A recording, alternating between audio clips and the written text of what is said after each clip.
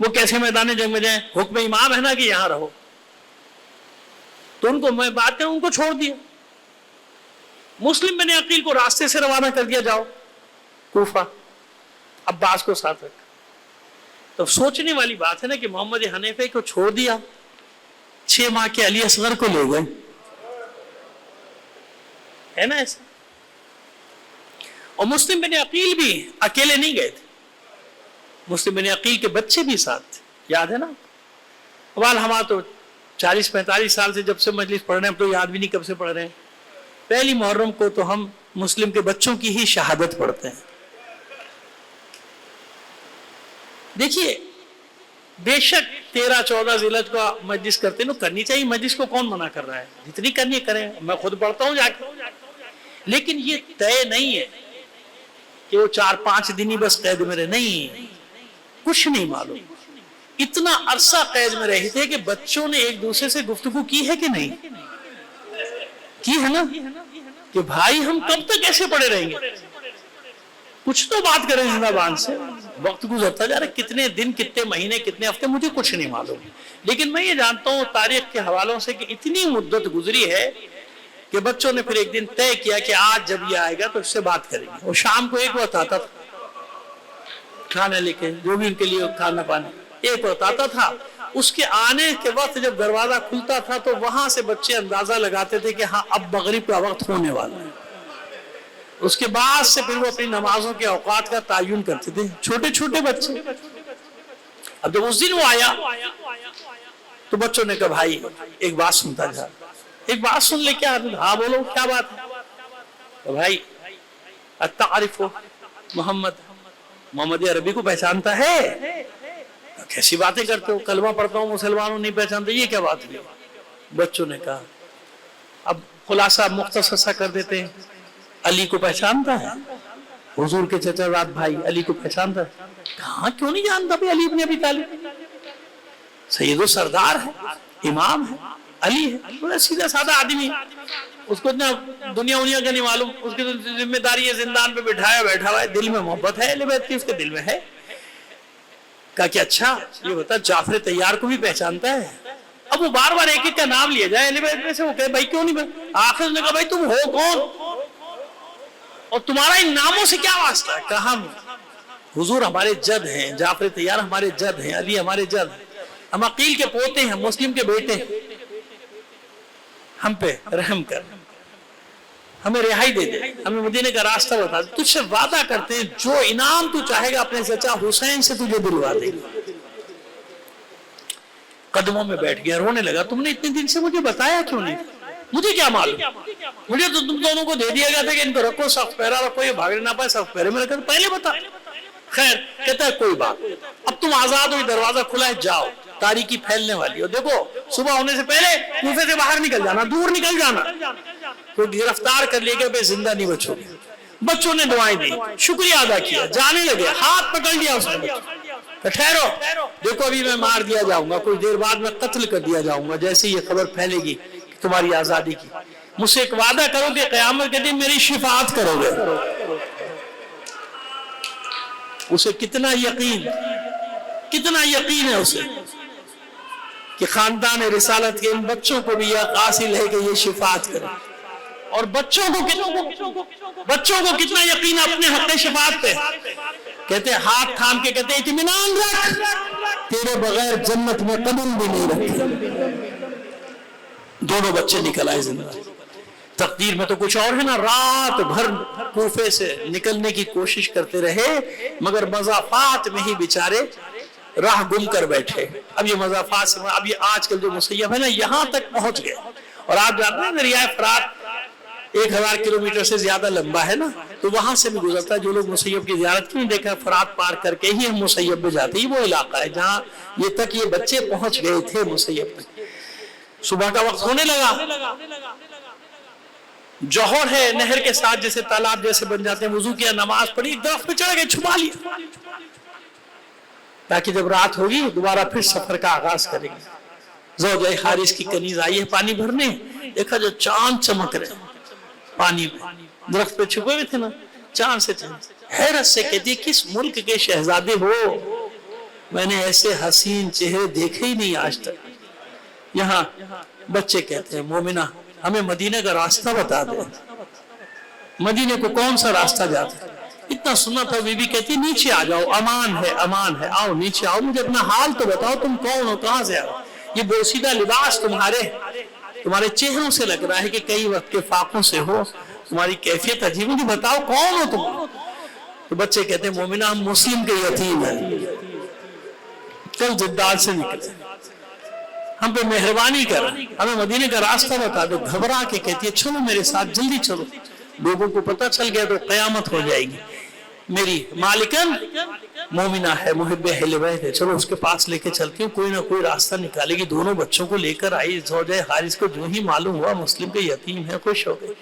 بچے نہ معلوم کتنے دنوں کے بعد, جنہوں کہتے ہیں غسل کیا, ان کو نئے لباس دیے, بچوں نے نیا لباس پہنا, بہترین غذا بنائی, کہتی ہیں اطمینان رکھو, اب تمہیں امان ہی امان, بے فکر ہو, کل ایک قافلہ جانے والا اس کے ساتھ بھیج دوں گی تمہیں مدینے, میرا سلام کہنا شہزادیوں, مدینے کے تاجداروں کو میرا سلام کہنا.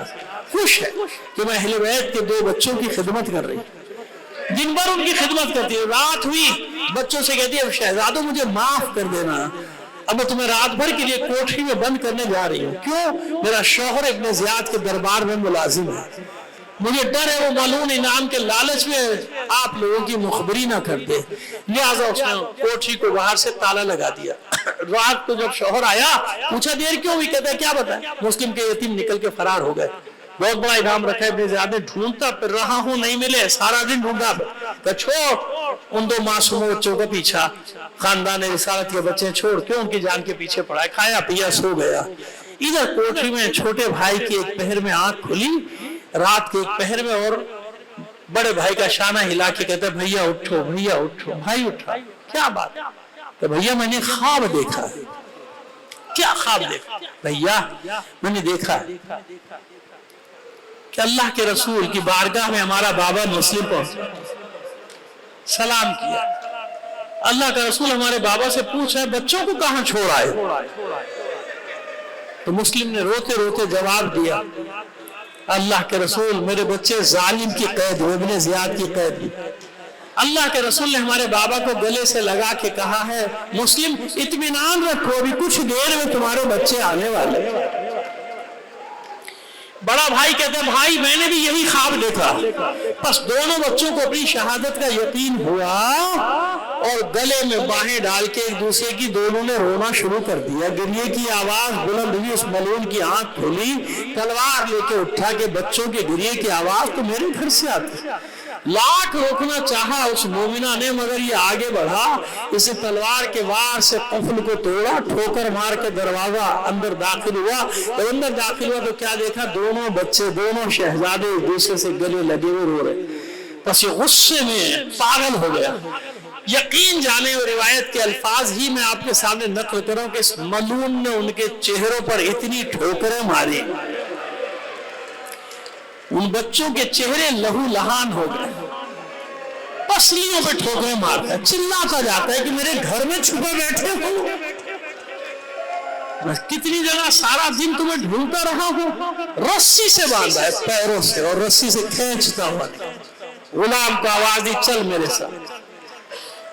بیٹا ساتھ ہوا. یہ مومنہ پیچھے پیچھے ہاتھ جوڑتی فریاد کرتی چلی جا رہی ہے میں نے امان دی, میں نے امان دی ہے بچوں کو, نہ کر یہ ظلم, میں اپنا مہر بخشتی ہوں, جو تجھے چاہیے اسے زیادہ دیتی ہوں, چھوڑ دے ان معصوم بچوں کو, چھوڑ دے.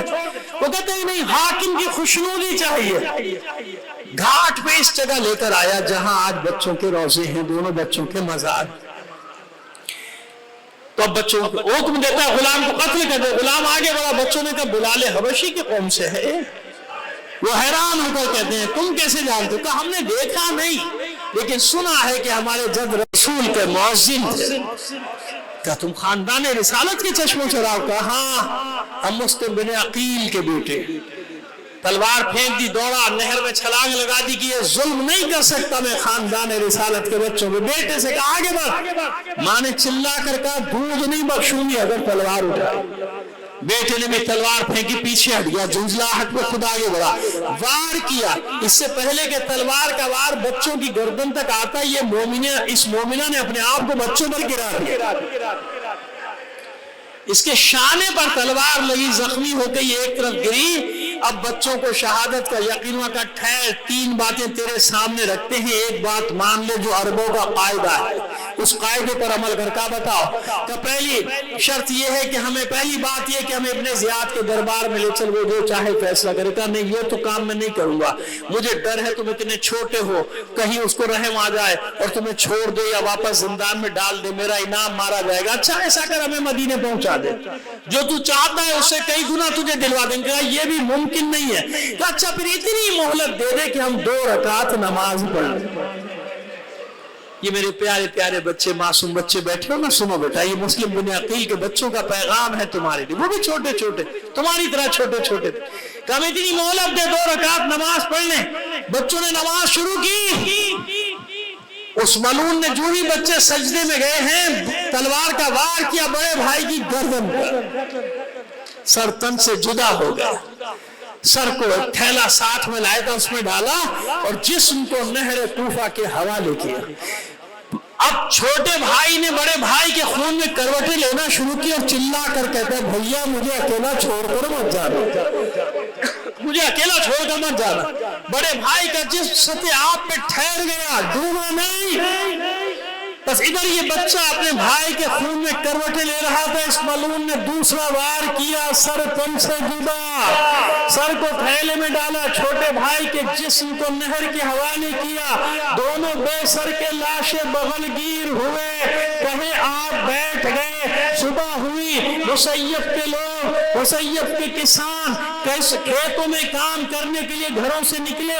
کیا دیکھا؟ ساحل پہ ایک بی بی، ایک معظمہ نقاب پوش بیٹھی ہے، سیاہ پوش بیٹھی، زار و قطار رو رہی ہے۔ یہ کھڑے ہو گئے کسان، پوچھتے ہیں بی بی کہ آپ کا قیمتی سامان گر گیا، ہم نکال دیں؟ وہ بیوی کہتی ہے ہاں، ارے حارث ملعون نے میرے بچوں کو قتل کر کے پھینک دیا، میری مدد کرو، نہر سے میرے بچوں کو نکالو۔ یہ کسان نہر میں اترے، دونوں معصوم بچوں کی لاشیں نکال کے سائن پہ رکھے۔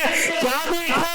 یہ بیوی کبھی ایک کے سینے پہ سر رکھتی تھی، کبھی دوسرے کے سینے پہ سر رکھ کے زار و قطار روتی تھی، روتے روتے ان کسانوں سے کہتی ہے تم نے میری مدد کی، میں قیامت کے دن ضامن ہوں، تمہاری شفاعت کروں گی، تمہاری جنت کے ضامن ہوں۔ وہ حیران ہو کر کہتے بی بی آپ ہیں کون جو اتنے اطمینان سے ہمیں جنت کی بشارت دیتی ہے؟ اس بی بی نے نظروں سے اوجھل ہونے سے پہلے کہا ارے میں کوئی اور نہیں، تمہارے رسول کی بیٹی فاطمہ ہوں، اور یہ میرے مسلم کے بچے ہیں، میرے حارث